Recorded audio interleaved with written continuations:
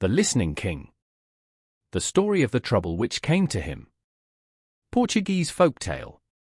Once upon a time there lived a king who liked to walk in disguise about the streets of the city, listening at people's doors. It was, in fact, his favorite amusement.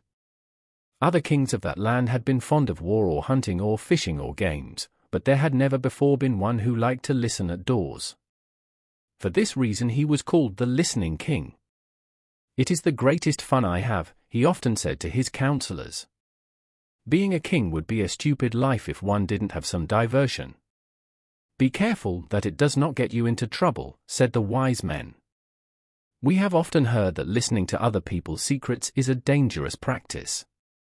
"I've had nothing but pleasure from it, anyway," the king would reply.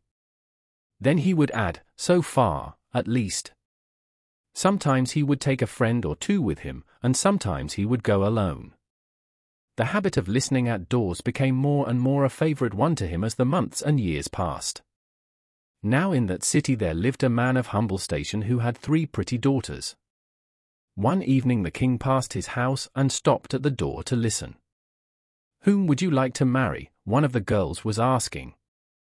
It happened to be the youngest one. "I'd like to marry the royal baker," the eldest sister replied. "Why?" asked the youngest one. "So that I might always eat fresh bread," was the reply. "Whom would you like to marry?" the youngest sister asked the middle one. "I'd like to marry the royal meat cook so that I might always eat meat roasted just to a turn," was her answer. "Whom would you like to marry?" asked the eldest and the middle sister together. "I'd like to marry the Listening King himself," was the reply which their youngest sister made. "Silly! Silly!" cried her 2 sisters. "We have perhaps a chance of getting our wishes, but what chance have you?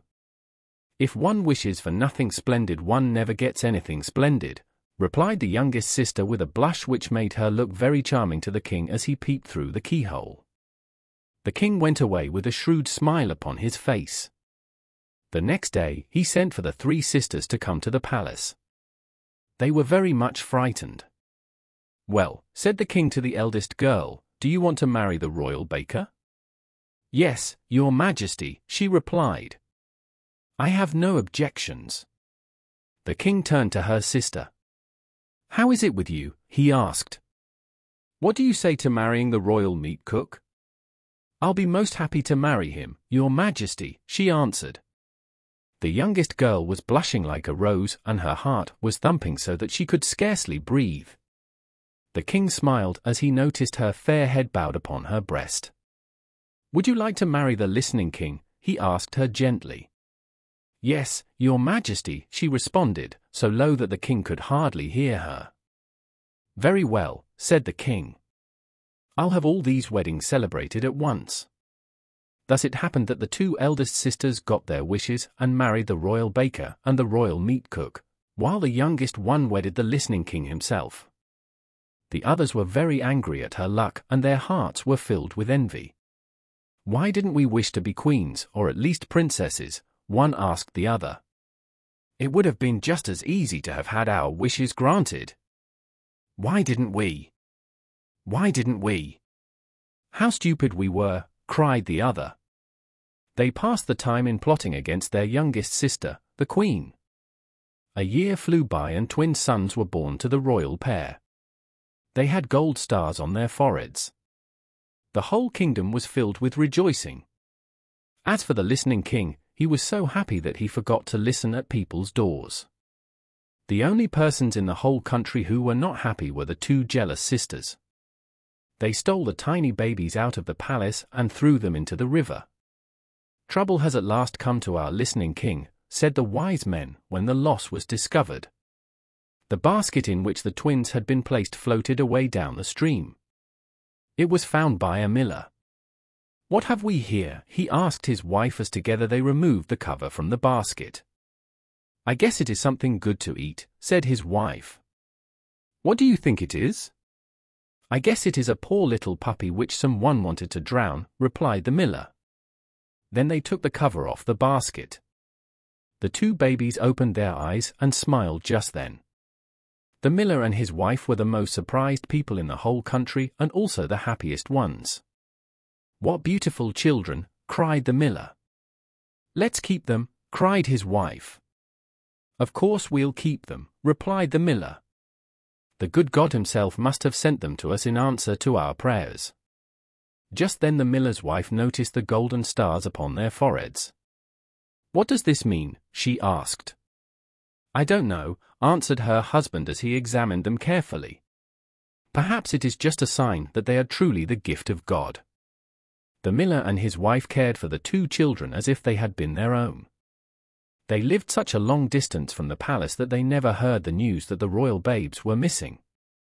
As the two boys grew older, they became the handsomest, cleverest lads in the whole kingdom. The gold stars shone and twinkled upon their foreheads. At last the miller's wife made little caps for them to wear to hide the stars. They were altogether too conspicuous. Then one sad summer a pestilence came upon the land and the good miller and his wife died. The two children were left alone in the world. The listening king had decreed all the orphan children in the kingdom should be brought to the royal city that they might be fed and cared for. The miller's two orphans went with the others, and the king's wicked sister-in-law saw them. They recognized them at once because of the golden stars upon their foreheads. "We must make a new plot to destroy the royal children," said one sister to the other. "And we must be quick about it or the king or queen will see them and recognize them, too, by the golden stars." "Are you quite sure these are the two royal babes we threw into the river?" asked the other sister doubtfully. "It is a bit difficult for me to believe that our sister's children can be so handsome." "I'm entirely certain of it," assured her sister. "There is no one except the royal babes who could have those golden stars." While the wicked sisters plotted, the two children had approached the royal gardens. Inside the garden there was a beautiful parrot with feathers of green and gold. "I'm going to catch that bird," said one of the brothers. "Wait here while I go inside the gates." He could not catch the parrot and he called his brother to come and help him. Together they succeeded, and, with the beautiful green and gold parrot tightly clutched, they tried to slip outside the gate of the royal gardens. Just as they were almost out, the great gate swiftly closed and caught their garments. "We're caught! We're caught!" cried the two children. "How can we ever get the gates unfastened?" At the sound of their cries, the royal gardeners, the courtiers, and the listening king himself came to the rescue. When the king saw the golden stars upon their foreheads, he leaned against the nearest tree for support. "What children are these?" he asked in a voice which shook. "I never saw them before," replied the head gardener. "I think they are some of the orphan children which the great mercy and clemency of your royal majesty have caused to be rescued from the plague." "Who are your parents, my children?" asked one of the courtiers. "We are the children of the good miller and his wife," they replied. "Our kind foster parents are now dead with the plague." "Where did this miller and his wife find you?" asked the king eagerly. Then the two children told the story of how the miller had found them in a basket in the river. They knew it well, for it was their favorite story of all the ones which the miller's wife had told them. The courtiers looked at each other in amazement. Everyone had noticed the bright stars shining on the children's brows. "I believe you are the two dear babes lost from this palace," cried the king as he took them in his arms. "Who put them in that basket?" asked the king's counselors. "If I knew, you may be sure that fitting punishment would be visited upon them," cried the king. The beautiful green and gold parrot had escaped from the children's arms and had flown back to a tree near the gates of the royal gardens. Suddenly he was heard to speak. "Go find the king's sisters-in-law," were the words he said. The king's sisters-in-law were quickly brought into the garden. A look at their guilty faces convinced everyone that they were the ones who had placed the royal babes in the basket, and had thrown them into the river. "You shall now receive the punishment which you have so richly deserved," cried the king as he frowned upon them sternly. "Where is the good queen?" someone asked. The queen had been sleeping in her own apartments and had not heard the noise in the garden. When the courtiers brought her there and she saw the two handsome boys with the bright stars shining on their foreheads, she fainted with the joy of it.